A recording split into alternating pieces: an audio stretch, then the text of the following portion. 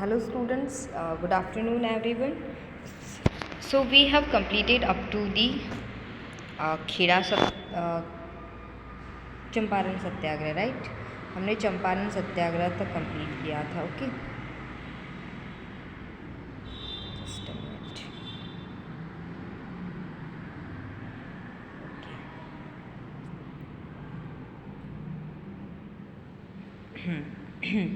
So we have completed up to Champaran Satyagraha. Today we are going to start the Kheda Satyagraha. Okay, Kheda Satyagraha जो है वो 1917 से 1918 तक चला था, यानी 1 ईयर तक चला था। ठीक है। Kheda district of Gujarat experienced famine in the year 1917। ठीक है, तो 1917 ईयर में फैमिन मतलब समझते हो, बहुत ही कम रेनफॉल होना या फिर बिल्कुल भी रेनफॉल नहीं होना। तो उस तरह की कंडीशन को, नेचुरल डिज़ास्टर को हम फैमिन बोलते हैं। The agricultural production was destroyed still. ठीक है, तो एग्रीकल्चर प्रोडक्शन डिस्ट्रॉय हो गया था क्योंकि फैमिन है यहाँ पे। ठीक है, still the British government instead of waiving the tax. आपको पता है कि ब्रिटिश गवर्नमेंट क्या कर रही थी, टैक्स को वेव कर रही थी। ठीक है, मीन्स आपको कोई राइट नहीं है कि आप टैक्स नहीं पे करो। ठीक है, आपको टैक्स तो पे करना ही पड़ेगा। ठीक है, तो टैक्स पे करने का उन पे रूल अप्लाई किया हुआ था। ठीक है, भले ही एग्रीकल्चर प्रोडक्शन डिस्ट्रॉय हो गया था, फिर भी स्टिल मतलब फिर भी जो है वो ब्रिटिश गवर्नमेंट ने इंस्टेड ऑफ इसके बावजूद जो है वो उन्होंने वेविंग किया था टैक्स का। टैक्स जो है वो उन टैक्स का जो रूल था उसको तो जारी रखा था, उन्होंने इसको बंद नहीं किया था। Try to collect tax from farmers, उन्होंने वेविंग टैक्स किया और उन्होंने फार्मर से टैक्स कलेक्शन का ट्राई किया। Under the leadership of Gandhi ji the farmers started satyagraha against the Britishers. ठीक है, तो गांधी जी की लीडरशिप में जो ब्रिटिशर मतलब फार्मर्स थे, उन्होंने ब्रिटिशर्स के अगेंस्ट सत्याग्रह स्टार्ट किया। Gandhi ji told the farmers that they would not pay the tax until the government accepted their demands। ठीक है, तो गांधी जी और ने फार्मर से कहा कि आप लोग हैं ना जो मतलब टैक्स तब तक पे मत करना जब तक गवर्नमेंट जो है वो ब्रिटिश गवर्नमेंट तुम्हारी डिमांड को एक्सेप्ट ना कर ले तब तक। Sardar Vallabh Bhai Patel quit his practice as lawyer as a mark of protest and joint Gandhi ji. ठीक है, सरदार वल्लभ भाई पटेल जो थे ये भी एक लीडर थे, बट ये लॉयर का काम किया करते थे पहले, बट इन्होंने क्विट कर दिया अपनी जॉब से। क्विट करना means to stop doing something. तो वो क्या काम करते थे बेटा, लॉयर का काम करते थे। ठीक है, सरदार Vallabh Bhai Patel quit his practice, यानी कि उनका जो जॉब था as a lawyer as a mark of protest. ठीक है, mark of protest and join Gandhi ji, और फिर उन्होंने जो है उससे क्विट कर दिया और उन्होंने प्रोटेस्ट को मार्क किया। मीन्स जो सत्याग्रह था उसमें उन्होंने अटेंशन लेना शुरू कर दिया था। ठीक है, और गांधी जी को ज्वाइन किया। Then Gandhi ji wrote a letter to the collector that if the tax of poor farmers was waived. ठीक है, गांधी जी ने एक लेटर लिखा कलेक्टर को जो टैक्स कलेक्ट करते थे कि अगर tax of poor farmers was waived इसी तरह चलता रहा, then the richer farmers would pay the regular tax. तो रिचर फार्मर जिनके पास पैसे हैं वही रेगुलर टैक्स पे कर पाएंगे।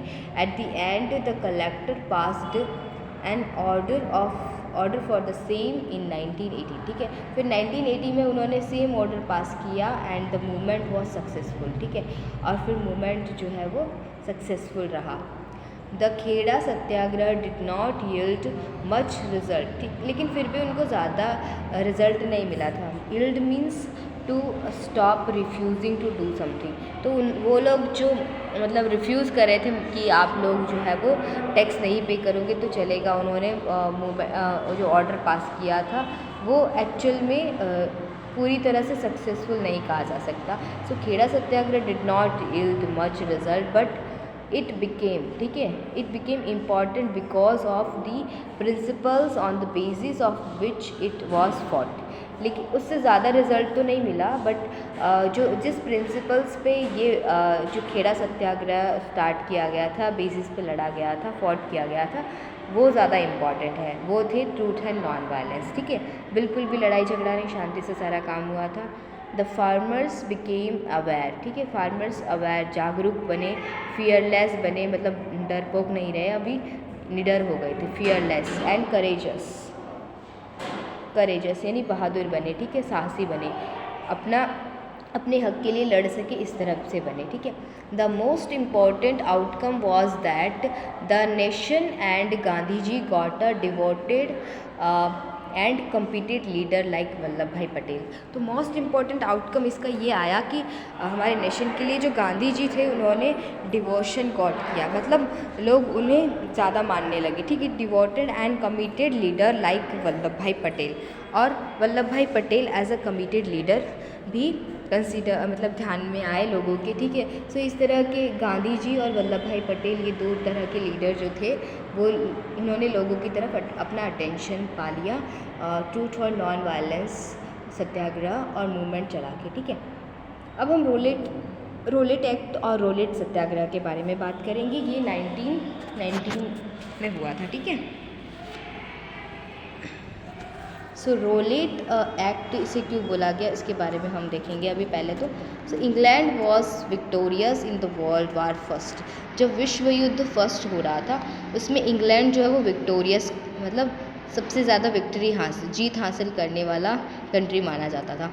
एट द सेम टाइम, उसी टाइम पे रोलेट एक्ट वॉज इम्प्लीमेंटेड। ठीक है, फिर रोलेट एक्ट इम्प्लीमेंट मीन्स लागू करना, ये लागू किया गया बाय द ब्रिटिशर्स ने ये रोलेट एक्ट लागू किया था to control the public unrest and control the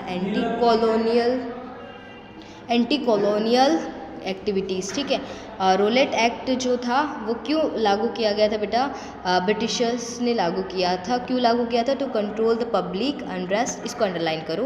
Rowlatt act was implemented by the Britishers to control the public unrest.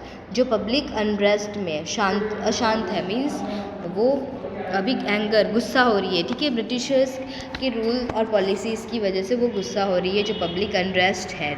Unrest means यहाँ पे अशांत। ठीक है, मतलब गुस्से में, इस तरह की पब्लिक के लिए बोला गया है। And control the anti colonial activities. Anti colonial activities means not connected with a country that controls an other country. ठीक है, तो यहाँ पे इंडिया कंट्री जो है वो इंग्लैंड को सपोर्ट नहीं कर रही थी, उसके साथ कनेक्टेड नहीं थी, वो अपना सेपरेट कंट्री, अपना इंडिपेंडेंट कंट्री बनाना चाहती थी इंडिया। तो इसीलिए इसको एंटी कॉलोनियल एक्टिविटीज़ बोला गया। जो एंटी कॉलोनियल एक्टिविटीज़ थी और अनरेस्ट पब्लिक थी, उनको कंट्रोल करने के लिए रोलेट एक्ट जो है वो इम्प्लीमेंट कराया था ब्रिटिशर्स से। ठीक है, सो ये था main motto to implement the Rolette Act. Now the Rolette Act authorized the government to exercise stricter control मतलब बहुत ज़्यादा स्ट्रिक्टली कंट्रोल करना है उन्हें ऑन द प्रेस। ठीक है, किसको करना है, प्रेस को। Arrest without warrant. ठीक है, और जो लोग ज़्यादा मतलब अनरेस्ट पोजीशन में है, ज़्यादा गुस्सा दिखा रहे हैं, उनको आपको अरेस्ट करना है विदाउट वारंट, बिना किसी वारंट के। वारंट मीन्स बिना किसी परमिशन के, परमिट के जो है वो आप उन्हें अरेस्ट कर सकते हो। And indefinite detention means not sure about something, मतलब कुछ पता नहीं हो। और इनडिफाइनेट डिटेंशन मीन्स, डिटेंशन मतलब लॉक में रखना किसी को। ठीक है, इनडिफाइनेट डिटेंशन मीन्स किसी को पता ना चले, इस तरह से लॉक में रखना है उन लोगों को जिनको हमने विदाउट वारंट अरेस्ट किया। ऐसा ब्रिटिशर्स ने अपना एक मतलब प्लान बनाया। In the jail without trial. ठीक है, बिना किसी ट्रायल के। The accused were denied. ठीक है, अब ये जो एक्यूज़ उन्होंने किया था वो डिनाई कर दिया गया। ठीक है, डिनाई कर दिया गया the right to know the accusers and the evidence used in the trial against them. ठीक है, और फिर उनके अगेंस्ट जो है वो एविडेंस, सबूत हासिल किए गए। जो एक्यूज़र, जो मना कर रहे थे। ठीक है, एक्यूज़र मतलब जो आरोप लगाने वाले व्यक्ति थे इसके खिलाफ कि उन लोगों ने हमें बिना किसी वारंट के अरेस्ट किया है, तो उनके जो एविडेंसेस थे और एक्यूज़र्स जो थे उनके अगेंस्ट जो है वो ट्रायल मतलब एक एक्शन लिया गया, strict action. The act was a complete violation, ठीक है। अब ये जो एक्ट था वो पूरी तरह से वायलेशन था, बहुत बुरी तरह से वो बिहेव कर रहे थे ऑफ द फंडामेंटल राइट्स, ठीक है, हमारे फंडामेंटल राइट्स का वो वायलेट कर रहे थे। And freedom of expression and speech, ठीक है, खुद को एक्सप्रेस करने का, स्पीच कर बोलने की जो फ्रीडम थी उसको भी वो वायलेट कर रहे थे, रॉलेट एक्ट जिन्होंने इम्प्लीमेंट किया था, that means Britishers. Gandhi ji protested against this act, Gandhi ji ने इस एक्ट के अगेंस्ट प्रोटेस्ट किया and called it black act, ठीक है, फिर बाद में इसको ब्लैक एक्ट कहा गया।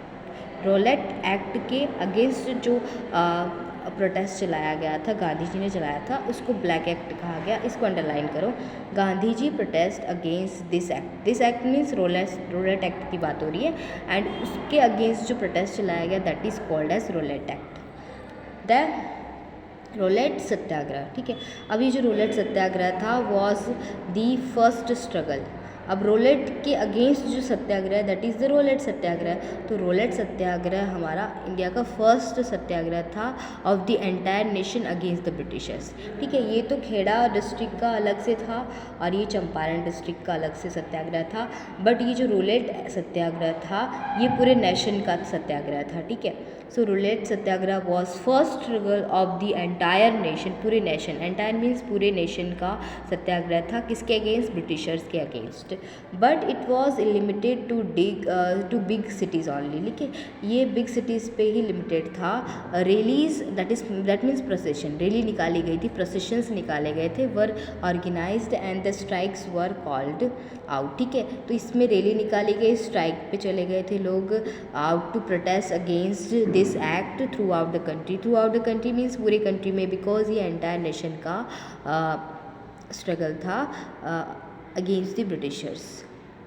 Now the Britishers restored to suppression to curb this movement, ठीक है।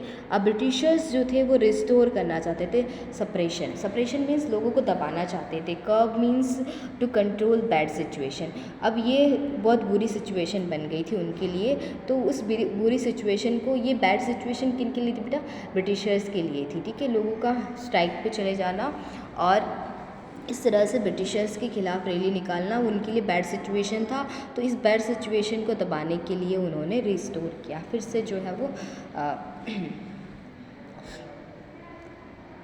अपना रोलेट एक्ट वापस ले लिया था, ठीक है। नाउ जलियांवाला बाग मैस्कैर, ठीक है, जलियांवाला बाग मैस्कैर मीन्स हत्याकांड, ठीक है, हत्याकांड मीन्स यहाँ पे बहुत सारे लोगों की डेथ हुई थी, ठीक है, ये भी 1919 में हुआ था।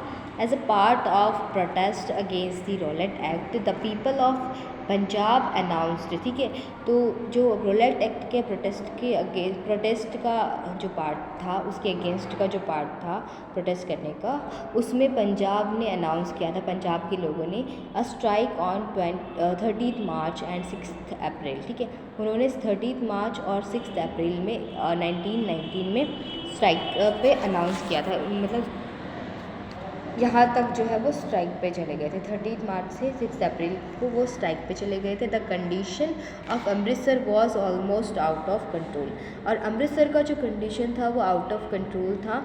And looking at this marital law was declared in Amritsar, और जो कंडीशन थी पंजाब की वो आउट ऑफ कंट्रोल थी, और इसको ध्यान में लेते हुए, इसको ध्यान में रखते हुए martial law was declared in Amritsar में मार्टियल लॉ डिक्लेयर किया गया। A meeting was organised on 13 April, ठीक है, और 13 अप्रैल को मीटिंग डिक्लेयर की गई at the day of Baisakhi, Baisakhi के दिन जो है वो एक मीटिंग डिक्लेयर की गई in the Jallianwala Bagh to pay tribute to martyrs and also to protest against the arrest of doctor Satyapal and doctor Kitchlew, ठीक है।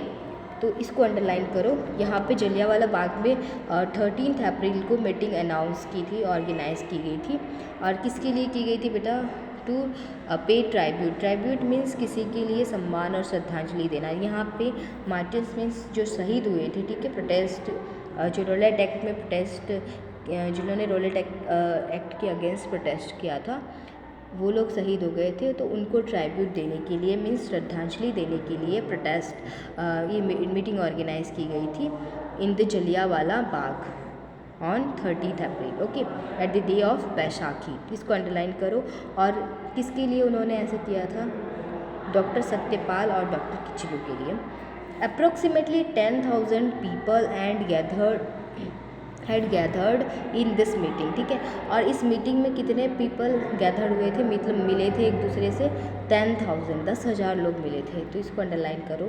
अप्रोक्सीमेट डेटा है ये, पूरा श्योरली डेटा नहीं है, मतलब एक्यूरेट डेटा नहीं है, अप्रोक्सीमेट डेटा है। बट हाँ 10,000 के आसपास लोग थे, ठीक है, उससे कम ज़्यादा हो सकते हैं, इसीलिए इसको अप्रोक्सीमेटली बोला है। Approximately 10,000 people had gathered in this meeting. General Dyer blocked the only exit of the bag and ordered firing at the unarmed people gathered there। इसको अंडरलाइन करो। जो जनरल डायर थे उन्होंने ब्लॉक कर दिया था, ठीक है, जो एग्ज़िट होता है जलियांवाला बाग का, उसको ब्लॉक कर दिया था और ऑर्डर कर दिया था अपने सोल्जर्स को कि फायरिंग करो unarmoured people. Unarmoured people means ऐसे पीपल जिनके पास बिल्कुल भी हथियार नहीं है, ठीक है, उनके पास किसी भी तरह का कोई हथियार नहीं है, ठीक है। अनआर्म्ड, हैविंग नो गन्स, ऐसे लोग जिनके पास कोई गन नहीं है, ठीक है, तो उन पे जो है वो फायरिंग करना शुरू कर दिया जनरल डायर के ऑर्डर के according. The firing started without any prior notice and warning. और इस फायरिंग का कोई प्रायर नोटिस भी नहीं दिया गया था, ना ही वार्न किया था लोगों को। बिना किसी वार्निंग के और प्रायर नोटिस के ये फायरिंग स्टार्ट हो गई थी। There were high walls around it, यानी कि ये जो जलियांवाला बाग है उसकी बात हो रही है। वहाँ पे जो दीवारें थी वो बहुत ही हाई थी, ठीक है, बहुत इतनी ऊंची थी कि उनके ऊपर चढ़ के भाग भी नहीं सकते वो लोग।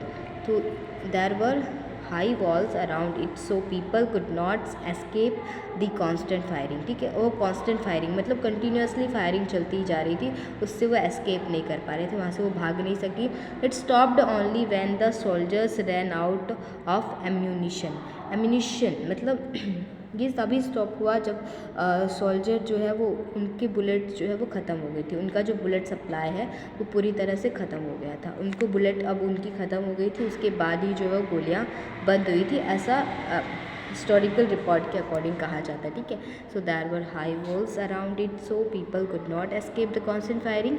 इट स्टॉप्ड ओनली व्हेन, एक minute, just a minute,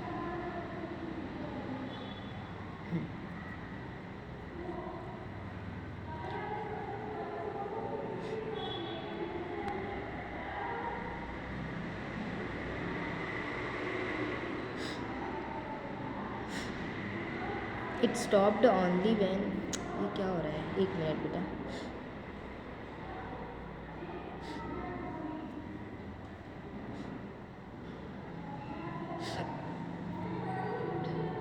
it stopped only when the soldiers ran out ammunition, मतलब सोल्जर जो है वो उनके पास बुलेट सप्लाई ख़त्म हो गया था, तभी ये जो फायरिंग है वो बंद हुई थी।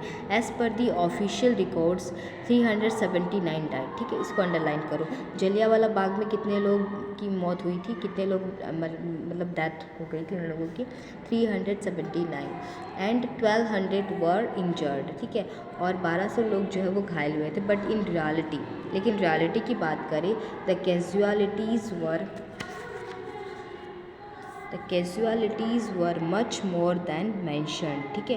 कैजुअलिटी मीन्स जो हालत थी, सिचुएशन थी, वो इससे भी ज़्यादा ख़राब थी than mentioned in the official reports. Official reports में सिर्फ इतने ही लोग मरे हुए बता रहे हैं, बट इससे ज़्यादा लोग मरे थे एंड घायल भी इससे ज़्यादा लोग हुए थे। Gandhi ji completely lost his faith in the British sense of justice and fairness, ठीक है। और गांधी जी ने जो है वो जब ये जलियांवाला बाग हत्याकांड हुआ तो उनका पूरी तरह से जो ब्रिटिश गवर्नमेंट का जो जस्टिस और फेयरनेस था उसके ऊपर से उनका विश्वास उठ गया था, ठीक है। अब ये है जलियांवाला बाग हत्याकांड, यानी जलियांवाला बाग मैस्कर का पिक्चर है, ठीक है। यहाँ पे वो लोग मीटिंग के लिए आए थे और ट्राइब्यूट के लिए आए थे फॉर मार्टियर्स, जो शहीद हुए थे उनके लिए, और जो अरेस्ट कर लिए गए थे doctor Satyapal and doctor Kitchlew, ठीक है।